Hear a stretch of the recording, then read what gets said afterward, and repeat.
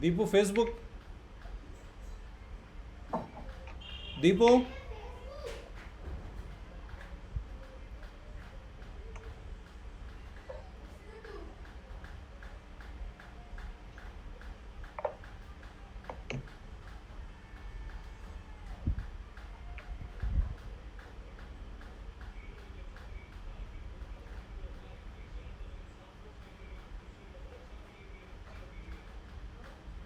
Facebook, please.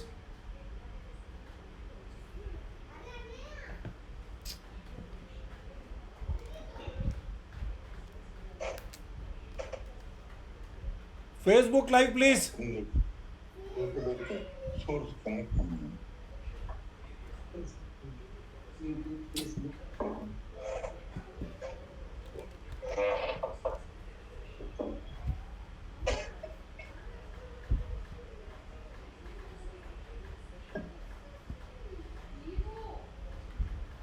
What happened to that fellow? Ask him to come This fast. conference is no longer being recorded.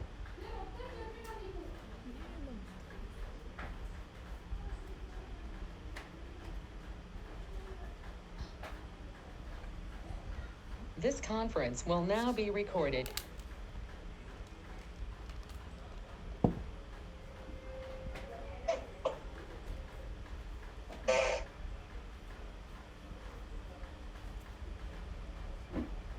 Sir, we are live to the world, YouTube as well as Facebook. Welcome to Dr. TSPR show. This is Dr. Tangalla Shiva Prasad Reddy alias Dr. TSPR. Namaste, Adab, hello. As announced, we have the esteemed guest in Mr. B.V. Acharya. So, I need not go specifically into what he is, but he is more than 3 to 4 times as an Advocate General Karnataka, and this show, particular show, on request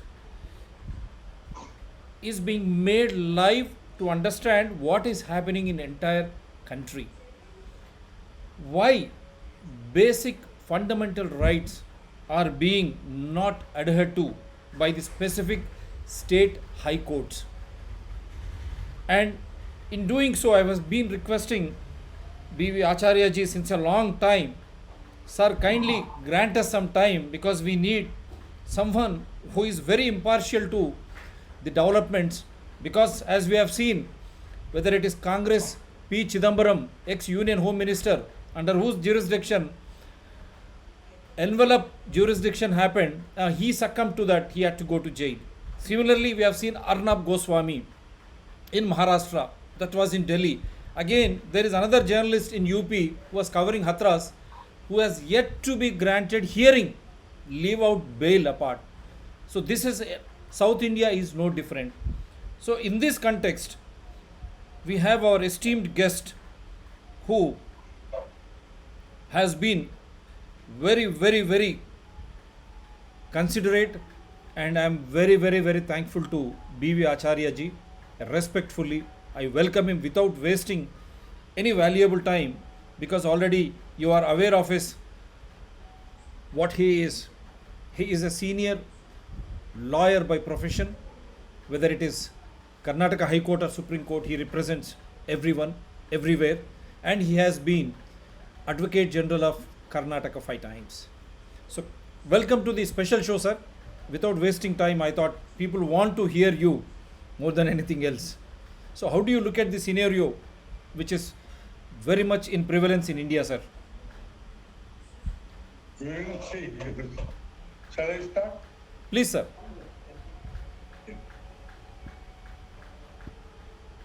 Friends, before commencing my lecture, I would like to extend my greetings to all of you on the eve of Deepavali. So my Deepavali best wishes to each and every one of you. The topic for the day is related to abatement of suicide, which is punishable under section 306 of the Indian Penal Code. Now, suicide is not a rare occurrence. A person has no right to commit suicide. Committing suicide itself is considered as a crime because you are not the person who has given life to you, and you have no, therefore, right to take away your own life also. Therefore, it is a crime. It is considered to be a crime. But a person who succeeds in committing suicide will not be punished because he is not available to suffer punishment. Therefore, suicide, if it succeeds, he succeeds. If he fails, then he is liable as a person who has attempted to commit suicide. Attempt to commit suicide is punishable under section 309 of the IPC. Now, this is the only instance where the crime committed goes unpunished, but if only an attempt is made and he fails, then he suffers. That is the position. Now, why do people commit suicide? There may be various reasons for a person to commit suicide. Generally, one will not do it. According to the statistics, it is saying that it is only less than 0.01% of people who commit suicide all over, including in India. But this is not a small figure, as I have seen from a study given by Times of India in September. He says in India, every 4 minutes, one suicide takes place on an average. So that is the state of affairs. So why people commit suicide? I'll just say the main reason a person commits suicide is because of the mental stress in him, which he is unable to bear. And he is not courageous enough to withstand that stress. And therefore, he goes into depression and then commits suicide. A normal person with normal attitudes will never commit suicide. So a person commits suicide when he is in depression. Now, what is the cause? Cause could be so many. Many, according to the Times of India report, 32.4% commit suicide because of family problems and 17% because of illness. Then there are some because of drug abuse, some because of marriage-related problems, then a few of them failure in love affairs. Then we are very frequently hearing about suicide by farmers. When they don't get proper price and they are in heavy debt, farmers committing suicide is a very common thing in our country. Then many commit suicide because of financial difficulty or bankruptcy. So these are all the main reasons why one commits suicide. Therefore, one view is that a person attempting to commit suicide should not be treated as a criminal, but he must be treated as a victim who requires our sympathy and support. That is one view. Now, abatement of suicide is a serious offence under section 309. It is punishable with imprisonment up to 10 years and it is not bailable. Therefore, and it is triable only by Court of Sessions. Now, important topic I want to say is there is a lot of misconception among the people among the police and even among some judges regarding the real meaning and connotation of the expression abatement. What is abatement? That is the top on which I want to speak because there is a lot of misconception and misunderstanding about this. Now, a person responsible for committing suicide is not abating.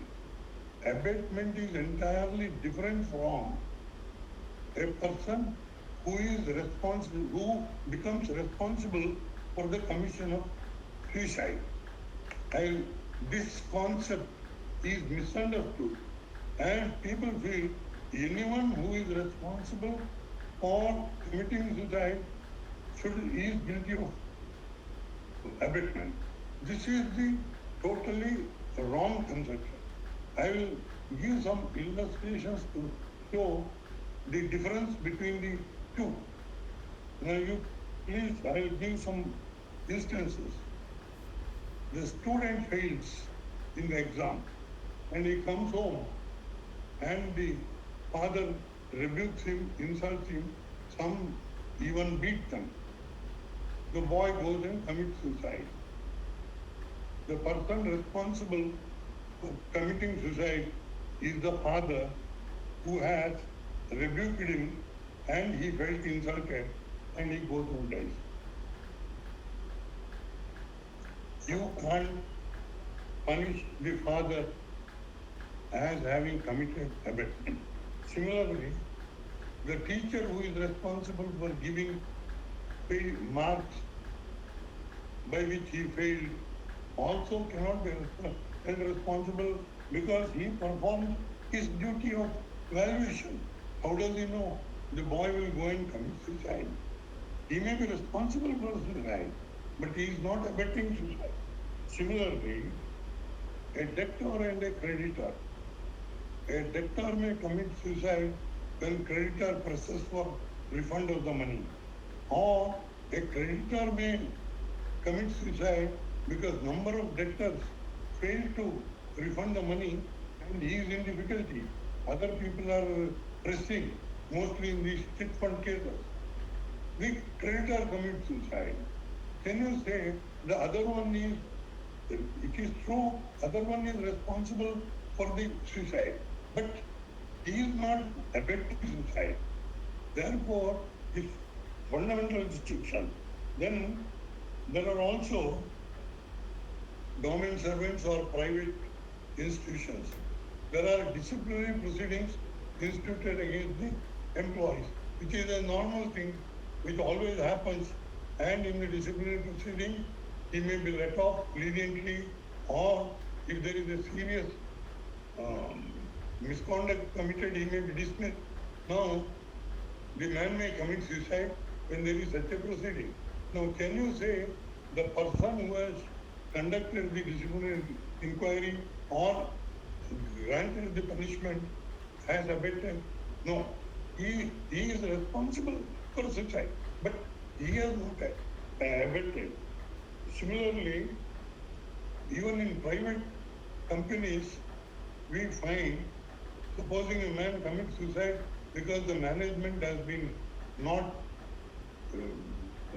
the management has been harassing him or otherwise doing wrong things. There are cases where he commits suicide and in the death note, he mentions all the people in the management, from the managing director up to the supervisor, as responsible for his death. Now, there is a misconception. Oh, all these are the people who are responsible, therefore they are abettors. You register a case under 309 against all of them. This will be wrong. They may be responsible, but they are not abettors. Similarly, I'll have two more instances. So many banks lend money and they press for repayment. The man is unable to repay. He commits suicide. You can't prosecute the bankers. They are not liable. Similarly, last instance I will give is a man is contesting a suit. His he feels he has a very good case and the whole property is his only property. He feels he will succeed in the case, but the judge holds against him. The other side succeeds. This man goes and commits suicide. Can you charge the judge under 309 and say, you have abetted? You can say, judge, you are responsible for his committing suicide because your judgment has driven him to commit suicide. But that is not the same thing as abetment. Now, this is the main distinction I want to point out to the public and the law students and the junior lawyers. This fundamental distinction must be understood by everybody, and most importantly, the police officials, who merely because there is the name of few people mentioned as responsible for death, they say there is a case against him. 309, arrest him, non-bailable, put him in jail. That is what is happening. Even in the case of Arnab, as the Supreme Court itself said, in the case of commercial transactions, there will be debt due, or one feels other person is liable to pay money, and because he has not paid that money, this man is difficulties, he commits suicide. That will not amount to abetment. This fundamental concept has to be understood by the police, by the judges, by the magistrates, and by the general public. This is the fundamental difference. Now, the Supreme Court, in large number of cases, has pointed out this difference. What are the connotations of an abetment? An abetment, according to the Penal Code, section 107 onwards, is either instigating the person to commit the crime. If you instigate another to commit suicide, that will be abetment. Or if you actively assist him to commit suicide, that will be abetment. There should be either instigation, intentional instigation, or intentionally giving assistance. Supposing he wants to commit suicide, you know that he is going to commit suicide, you provide him poison. Well, you take it, I will do it. That is actively assisting or actively instigating him to do. This is important. Second important ingredient, according to the decisions, is as in any criminal case, there must be mens rea. The accused must do the thing voluntarily with the intention or knowledge. Mens rea means either in intention or knowledge. Now, courts have held, even for the offense of attempt to abetment to suicide, the abettor must have the accused must have the intention or knowledge that my act will result in his committing suicide. If he is a weak-minded person, for no fault of mine, he goes and commits suicide, the other man cannot be held responsible. Therefore, the law has laid down, before you say one person has abetted the commission of the offense, he must have done some positive act proximate to the date of suicide, not long back. If 2 years back there was some fight between two people and thinking about it, he commits suicide after 2 years, you can't say the action is proximate. So two things are necessary. There must be a positive act by the accused proximate to the time of suicide. Unless that is there and he commits that act with the requisite mens rea, knowing that this act of mine will result in suicide. Unless he has either intention or knowledge of that, you cannot say he has committed abatement. This is the fundamental principle. Now, since there may be some law students also here, I would like to point out only two judgments of the Supreme Court, which is only repetition of what they have said throughout, but still the decision given by the Supreme Court has not percolated down to the police officials or some of them, not all, some of the magistrates or judges are also ignorant of this connotation. The moment somebody has said in a death note or other talk earlier to suicide, X, Y, Z are responsible. If I die, immediately they say he is booked. And the court also, there are judges who have held, oh, there is in the death note, names are there, therefore you try them. That is not correct. That is, he may be responsible for his death, but it is not abatement. So the principles reiterated are continued, and the latest judgment of the Supreme Court, which was actually delivered on 1/10/2020, that is the case of Gurucharan Singh versus State of Punjab, decided on 1st October 2020. Now the Supreme Court, I will read only 2 or 3 short sentences so that you will understand. As in all crimes, mens rea has to be established. To prove an offence of abatement, as specified in Section 107 IPC, state of mind to commit particular crime must be visible to determine the culpability.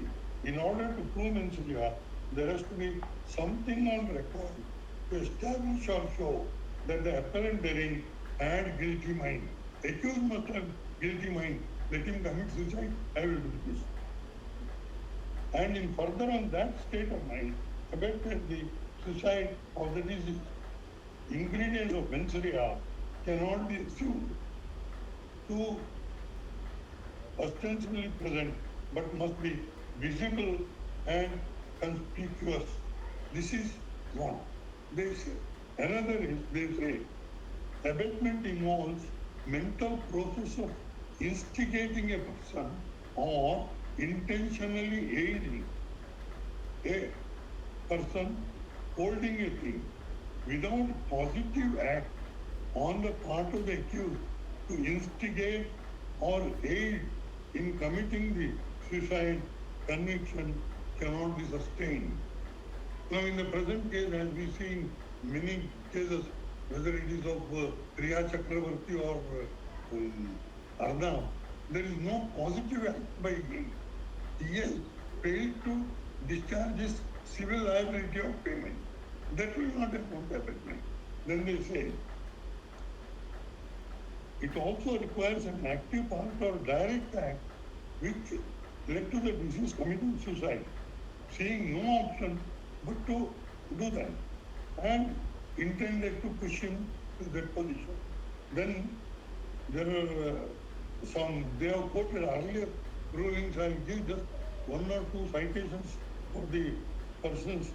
That is 2010 1 SCC, page 707.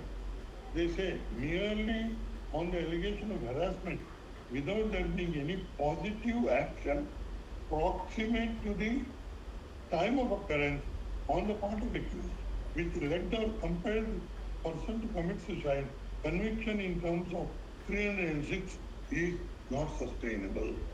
Then they say, a woman may attempt to commit suicide due to various reasons such as depression, financial difficulty, disappointment in love, tired of domestic worry, acute or chronic ailment, and so on, and need not be due to abatement. Then, in one judgment, the lower court said, oh, he has committed suicide. Normally, nobody will commit suicide. Therefore, somebody must have abetted. It is totally wrong position. In 90% of the cases, he himself commits suicide. Nobody has abetted him. That is the fundamental difference between another crime and abatement to suicide. In a crime, there is a murder. You know crime is committed. There is dacoity. You know crime is committed. There is robbery or rape. You know crime is committed. But who is it who has done it? That is the only question. But here it is not so. The person who has committed the crime, committing suicide is no more. There is no presumption that every person commits suicide only because somebody has abetted. You may close the case if he has voluntarily committed suicide. Now, this is what the Supreme Court says. The reasoning of the High Court that no prudent man will commit suicide unless abetted to do so by someone else is a perverse reasoning. This is what this is. So there is no presumption that whenever there is a suicide, there must be an abetter or more than one person as abetter. In 95% of the cases, there will be no abatement. It is a secret thing which the person commits. Somebody is responsible, but that is not abatement. Similarly, another case that I point out is Rajesh versus State of Haryana. It is delivered on 18th January 2019, last year. And I don't want to read it again because here also they have quoted two earlier judgments, 2010 1 SCC 707 and 2001 9 SCC 618. To satisfy the requirement of instigation, though it is not necessary actual verbal use to that effect, what constitutes instigation must necessarily and specifically be suggestive of the consequences. So, this is the law on the point, and therefore, this is the misconception among the public which I want to clarify. I hope I have pointed out with sufficient clarity what are the ingredients required to prove abatement. There should be a positive act by the accused, and that must be with the requisite mens rea, intention or knowledge, and then such a positive act must be proximate to the date of incident. Unless these things are established, you can't merely because in the death note or any other document prepared by the deceased before suicide. In fact, recently I had a case in Karnataka also. There was a case, a minister, cabinet minister, and two top police officials were charged for 309 because a DYSP committed suicide. And he, in an interview, gave the names of all top people. They are all responsible for that. Now the court, on examination of the material, only few days back, judgment is delivered. They found this man has committed suicide because of his family problem. He was suffering from depression, was in medical treatment for his mental condition. In addition, he had a lot of problem with his wife, who has threatened to give him divorce or go to court for divorce. In such circumstances, he commits suicide, but then in the interview, he names a minister and all people, and they had to suffer for last 3-4 years till the CBI, after investigation for 2 years, filed a B report saying that nobody has abetted this crime. He himself, because of his illness, depression, and family problems, committed suicide. But this wrong notion that anybody noted mentioned in the death note is responsible is putting a lot of people in great difficulty. This is because of the want of understanding of these people.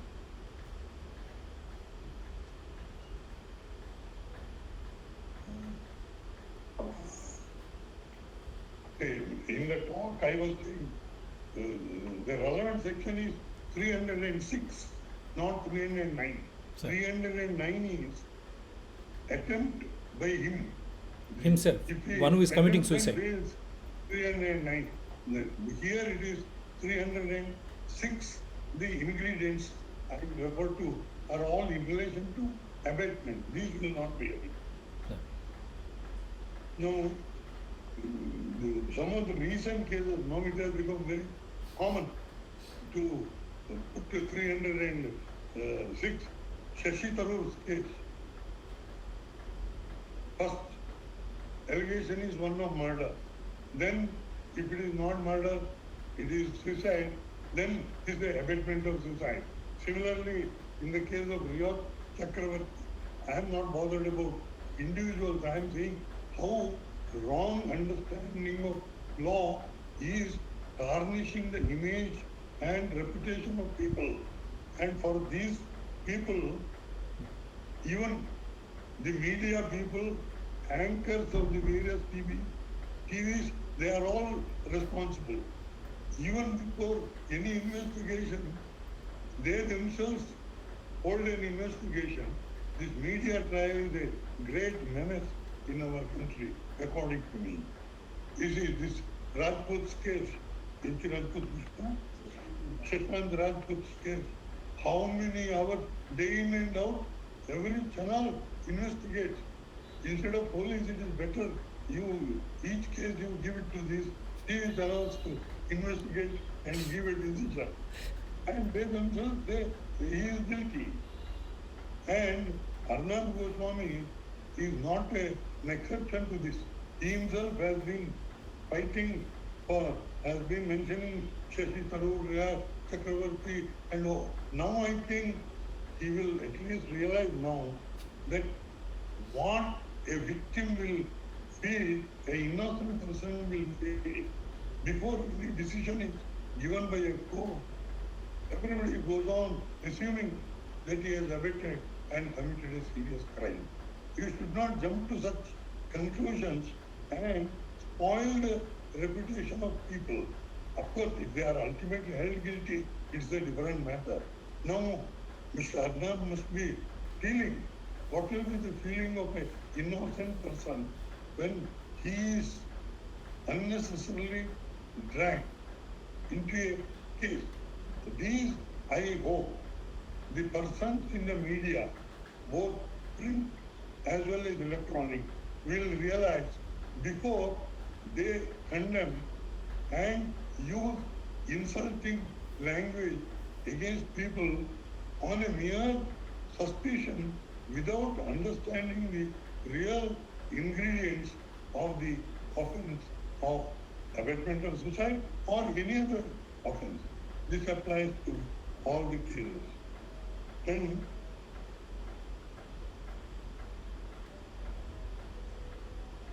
I will because this is the hot topic of the day, I think it will not be irrelevant to refer to the case of Arnab Goswami. Now, I am not his admirer, nor I have anything against him. I feel that with all his knowledge, he is not as patient as an anchor ought to be. An anchor must always be ready to hear the viewpoint of the other. What we find is some people, they have strong views, let them have it. But you must also hear the other side. You can't say other side should not talk at all. Even before a contra view is started to be expressed, you prevent it. That is not correct.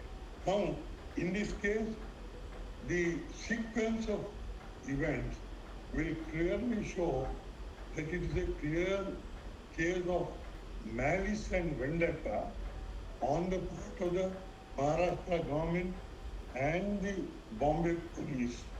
So far as Arnab Goswami is concerned, because his TV has been continuously opposing the government and also the police, Bombay police action, particularly with regard to this Shashant Singh Rajput's case. That has naturally angered the government. And even the top people in the government are also accused by him. Therefore, whatever be the wrong thing Sri Arnab has committed, according to me, prima facie, he is not guilty of 306.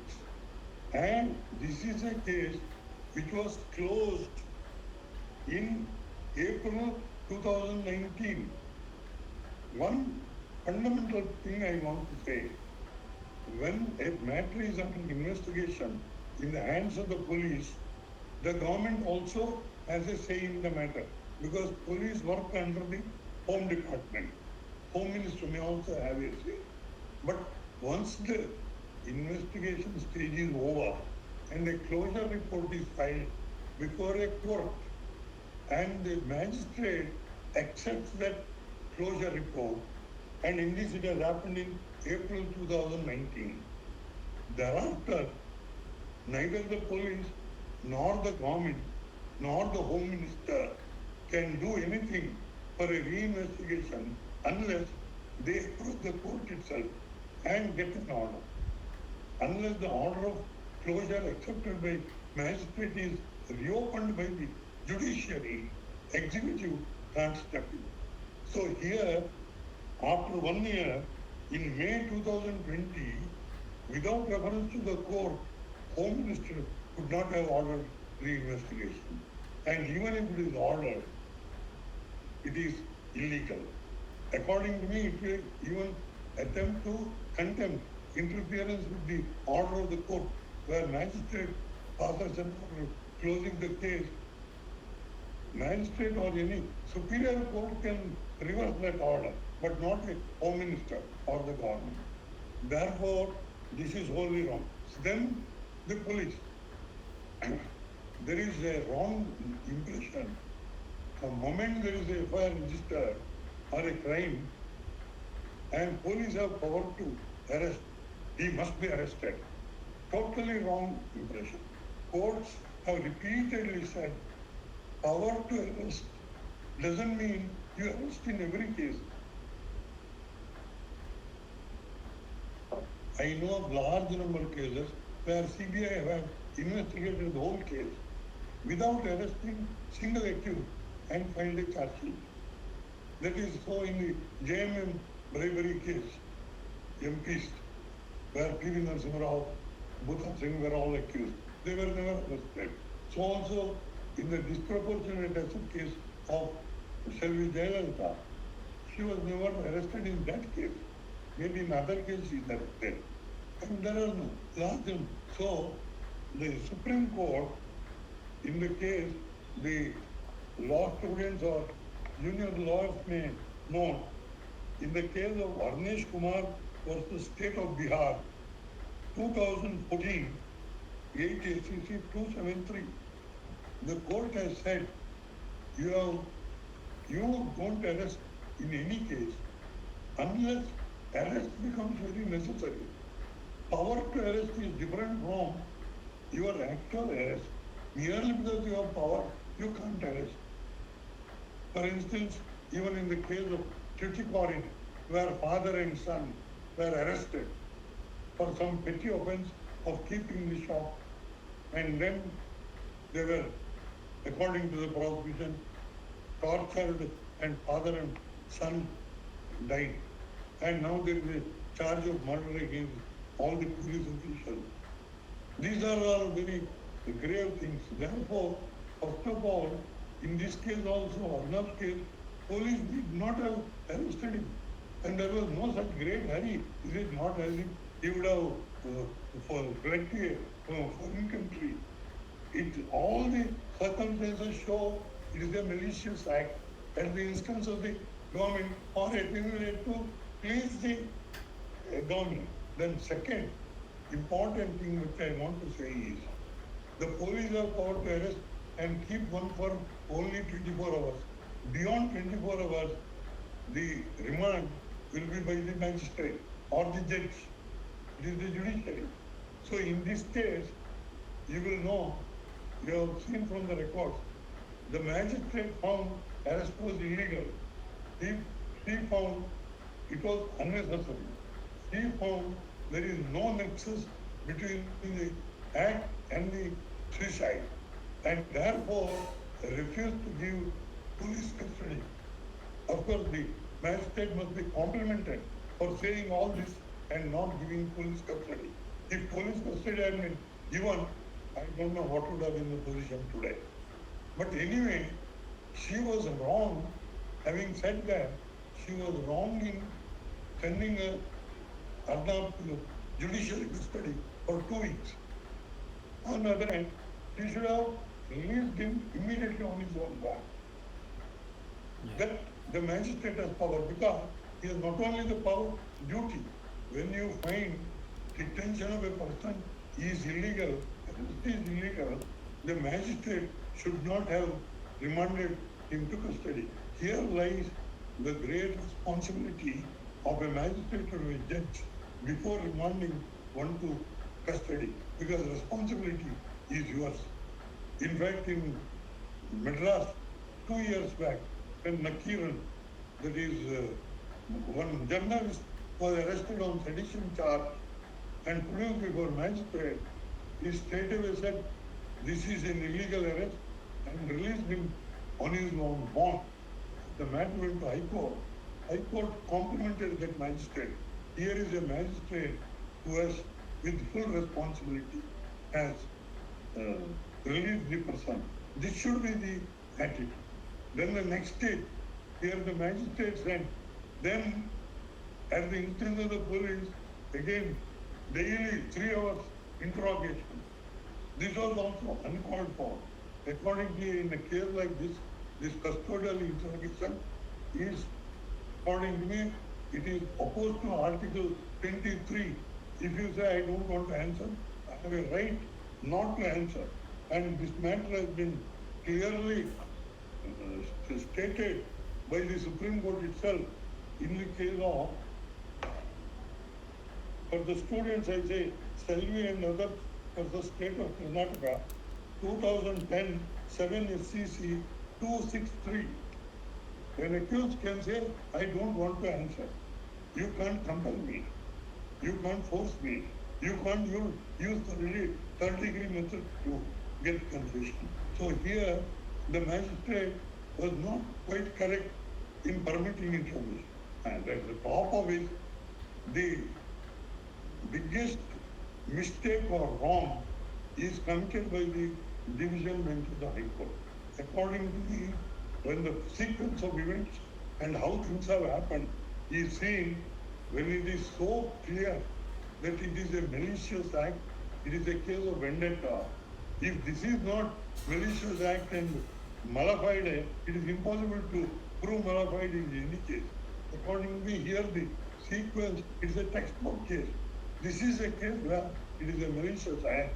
It should have shocked the judicial conscience of the division bench, and they should have released him at the earliest opportunity.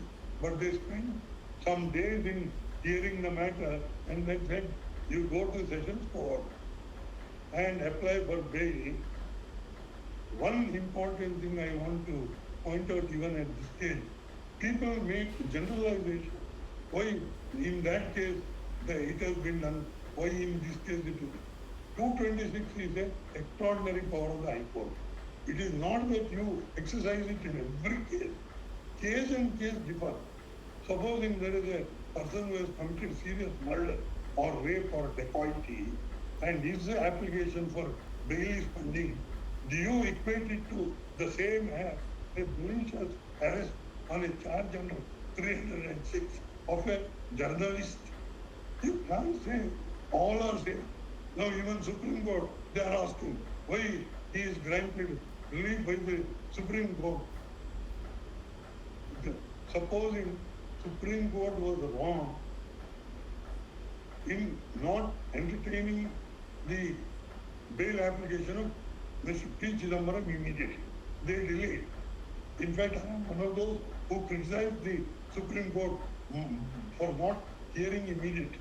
But you can't equate that case with this case. This stands on an entirely different. Now somebody has asked for RTI application. How many bail applications are pending? When they are pending, why did you take up case of Arnab? I am really shocked. It is not you treat all the cases in the same way. Cases and cases different. Some cases do require immediate attention by the court.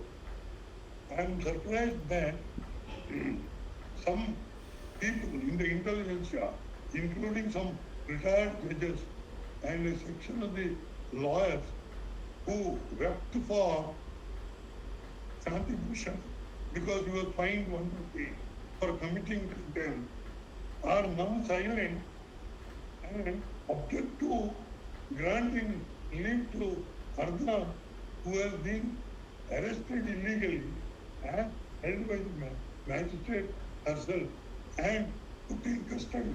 Are the cases different? Can you find fault with the Supreme Court for granting relief in a particular case which deserves the relief?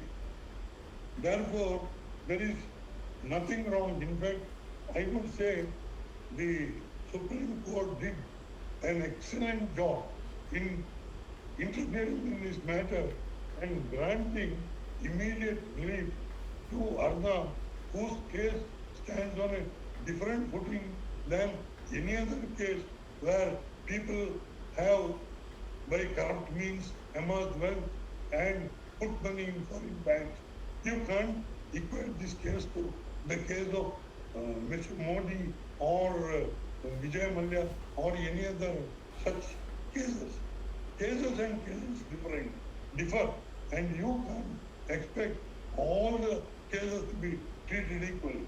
Today, somebody says Article 370, that case is pending. Do you compare it with this? Or election bond cases are pending. When did you give priority to Arnab's case?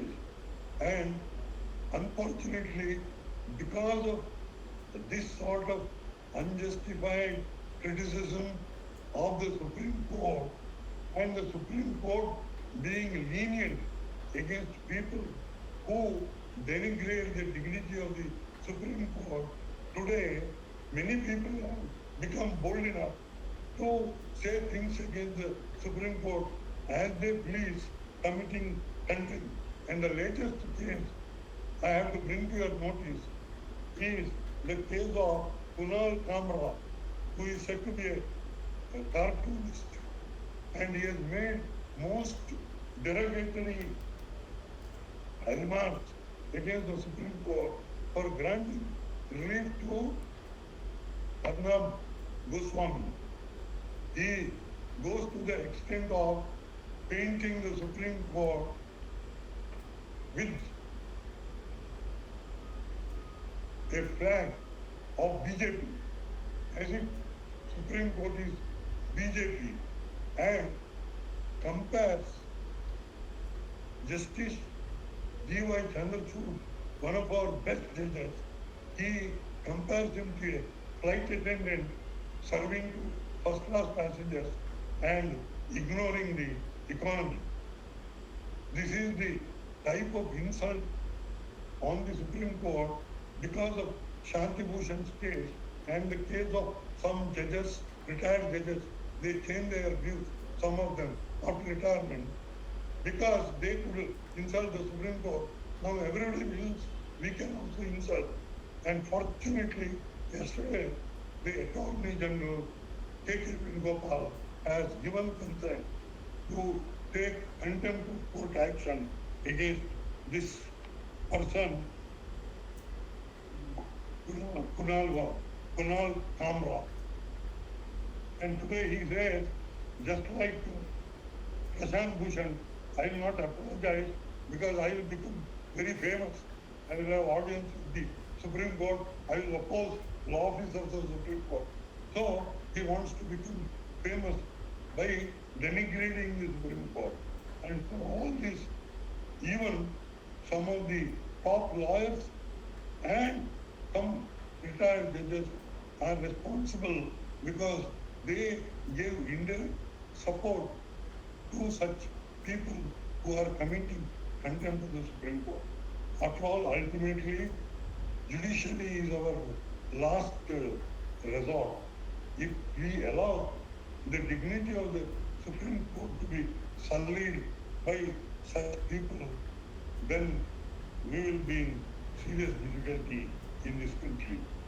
So I can understand people saying, just like you have given relief to Arnab Goswami, give relief to every citizen who is placed in the same position as he.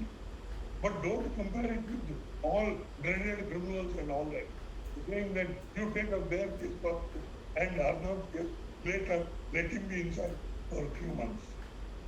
This is a totally wrong approach by so-called intelligentsia, which includes some retired judges also. Now, before I conclude, I'd like to be following few suggestions on the topic of the day.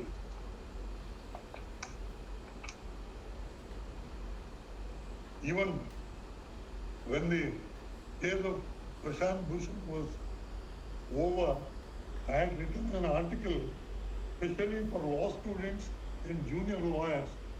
Don't be carried away by the fact that some of these people are glorifying Prashant Bhushan for committing contempt of Supreme Court. Don't be under the wrong impression that by abusing Supreme Court, you will also become a hero. No, please don't emulate him. We have to respect our court. If there are deficiencies, undoubtedly there are. You criticize in a dignified manner, but don't denigrate day in and out and say we will become great heroes. That should not be done. Now, the suggestion. Now, the section 309, as I said, is attempt to commit suicide and you fail. Now, according to the latest position, the Mental Health Care Act has been amended, by which now they say in the case of attempt to commit suicide, there is a presumption that the victim committed the crime or tried to commit suicide because of mental illness. So today, if one commits suicide and if it is because of mental illness, which is the presumption provided by law, he can't be convicted. That way, 90% the effect is 309 has been decriminalized. Now you can't punish one for attempt unless you further prove that he did it not because of mental illness.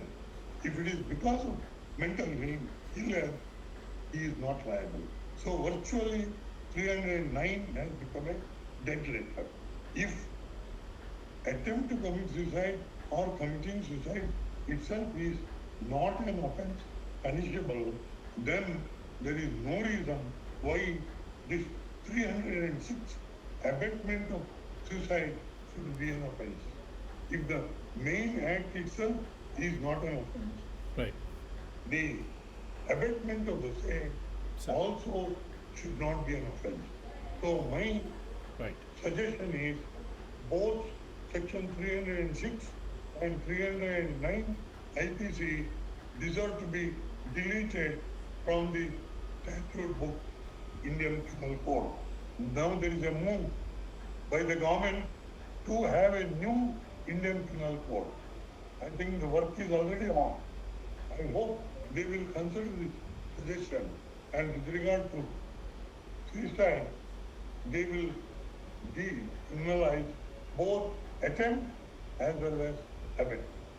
Second, there should be proper guidelines issued with regard to the ingredients of the offense of 306 so that the police may not misuse this provision to harass people, at least in the stage the case comes to court.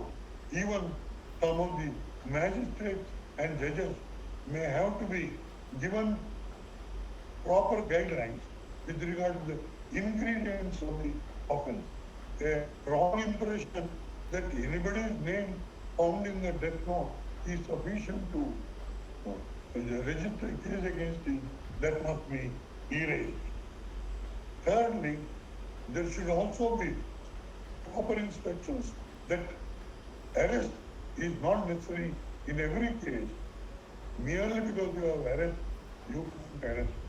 The guidelines in Arnash case, which I quoted earlier, must be strictly followed. And lastly, all the magistrates and judges who have the responsibility or the power to remand an accused to custody must be strictly told they must fulfill their responsibility. They must fulfill their responsibility by looking into the fact clearly and not in a routine manner. Merely because the police ask for a judicial remand or police remand, you can't grant it. If you find the arrest is illegal and detention is in custody is unnecessary, you have every right to release the person, as has been done in Madras and in some other cases in the north, where the magistrates refuse to remand them into custody. This will be a deterrent also to the police, because they will not arrest and ask for remand without grounds. I hope I have clarified most of the misconceptions with regard to the topic of the day, and I thank Ms. Reddy for giving me this opportunity of expressing my views, and I also thank everybody who has participated here for their patience. Thank you very much. Your blessing, sir. You are such a wonderful legal mind. Believe me, I feel I am blessed soul to host you twice. In 2 months' time, September, now again in November, and that too on such a beautiful topic, wherein the state and in consonance with police have to understand the grounds which you have suggested, and you only hope the magistrates, judicial officers, whether it's right from Supreme Court to the session courts, will understand what you have suggested, the 4 suggestions which you have already given to the world. I need not harp on that. But before I say bye, you have already started with a very beautiful Diwali for a common man. This is nothing but your 4 suggestions: illegal arrest, state's connivance with the police, and magistrates and judicial officers without going into the grounds, either reminding them to the police custody or judicial custody. I think these are a lot of things, along with 309 and 306, which you said may be repealed, or better law should come to the rescue of people. And what is suicide and abatement also, you have responsible and abatement very clearly expressed, right from Shashi Tharoor to Arnab Goswami. And let us at the same time, last time also you had made a fervent appeal when we dealt with basic structure of our constitution. When we deal with the basic structure, how is that we appoint ourselves? At least now the Supreme Court will understand and hear and think positively so that they can uphold the constitution. As you rightly mentioned, people, common man will always look to the judiciary as a last resort. And when such is the case, they come to judiciary with utmost confidence. So, as you rightly pointed out in the last basic structure of constitution, our judiciary also should be made more transparent when it comes to the appointments. How can we appoint our own selves? Judicial services, if I am wrong, correct me. Appointment committee. Am I right, sir? Judicial Services Appointment Committee. JS, Judicial Appointment Commission, right. Judicial, National Appointment Commission, National Judicial, National Judicial Appointment Commission, and there is an act, National Judicial Appointment Commission. National Judicial Appointment Commission. If it is there in place, believe me, Supreme Court would have done a lot of good to India as a whole. In doing so, there will not be any political bickering or aspirations being cast on the judgments. So, before I wind up, with the permission of our great esteemed B.V. Acharya ji, I would love to read D.Y. Chandrachud's, our esteemed Supreme Court judge's judgment in case of Arnab Goswami. Because I am also a journalist, I don't indulge in media trial, but at the same time, we try to uphold the rights of people and rights of ourselves. Because I should know how to protect myself. Otherwise, how can I justify others? So let me just read out the remarks of the Honorable Justice D.Y. Chandrachud of the Honorable SC while granting the bail to news anchor A. Goswami. To make out a case of abetment, there has to be active incitement and encouragement. If money is owed to a person, is that case of abetment to suicide? A owes money to B due to financial stress commits suicide. Will it attract offence under section 306 IPC? We are dealing with personal liberty here, and because he was owed money, Naik committed suicide due to financial stress. Is this a case for custodial interrogation? It will be a travesty of justice if bail is not granted while FIR is pending. If we as a constitutional court do not lay down law and protect liberty, then who will? If this court does not interfere today, we are traveling on the path of destruction. Forget this man, Goswami. You may not like his ideology. Left to myself, I will not watch his channel. Keep aside everything. If this is what our state governments are going to do to people who are to be nailed, then the Supreme Court has to intervene. There has to be a message to high courts. Please exercise your jurisdiction to uphold personal liberty. We are seeing case after case. High courts are failing to exercise jurisdiction. People are in jail for tweets. Our democracy is extraordinarily strong and resilient. Government should ignore tweets and move on. This is not the basis on which elections are fought. If you don't like a channel, then don't watch it. Technicality cannot be a ground to deny someone personal liberty. This is not a case of terrorism. So wonderfully laid out the judgment, Yes. and what a better way B.V. Acharya ji has explained to us in a simple and implicit way. Responsibility, abetment, and 306, 309, how states and police have no powers to indulge in random arrests and subject them to police custody or judicial custody, for that matter, even magistrates or judicial officers, even for that matter. Our esteemed Justice Chandrachud's clear-cut advice to all high courts to take care of the personal liberty.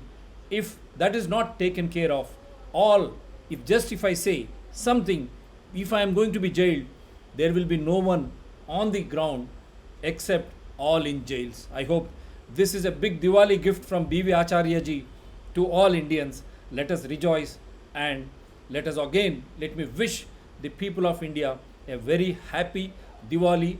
Take all precautions. Supreme Court also has granted to utilize 2 hours with all those needed requisite crackers to be burnt. How you should be utilizing it, you should understand during Corona, as well as not polluting the weather also. Take care. At the same time, faith is something which we should always practice and live with that, so that we can lead a happy and comfortable life. Sir, thank you once again. Thank you very much, sir. God bless you, sir. Thank you.